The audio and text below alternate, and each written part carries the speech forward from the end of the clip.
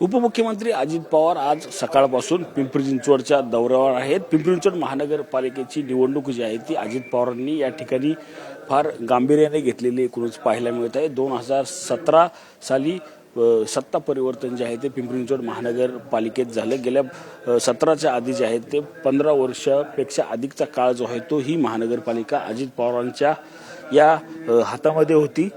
तीच महापालिकेची सत्ता आता पुन्हा काबीज करण्यासाठी अजित पवारांचे जे आहे ते या ठिकाणी प्रयत्न सुरू झालेले आपल्याला एकूण पाहायला मिळत आहे। आपण पाहिलं तर यामध्ये आज 4 एकूण सभा असणार आहेत। त्यामध्ये एक पदयात्रा, त्याचप्रमाणे कोपरा सभा, अशा अनेक सभा ज्या आहेत त्या अजित पवारांच्या उपस्थितीमध्ये आज पिंपरी चिंचवडमध्ये पार पडणार आहे। तेच पाहिलं तर आता सकाळपासून जे आहे ते त्या वेगवेगळ्या समाजाच्या बैठका ज्या आहेत त्या अजित पवारांच्या उपस्थितीमध्ये या ठिकाणी सुरू असलेल्या आपल्याला एकूण पाहायला मिळत आहे। आज संपूर्ण दिवस म्हणजे सकाळी 8 पासून ते रात्री 10 पर्यंत उपमुख्यमंत्री अजित पवार हे जे आहेत ते पिंपरी चिंचवडच्या दौऱ्यावर प्रचारासाठी असणार आहेत। कॅमेरामॅन विशाल सह रणजित जाधव, TV9 मराठी, पिंपरी चिंचवड।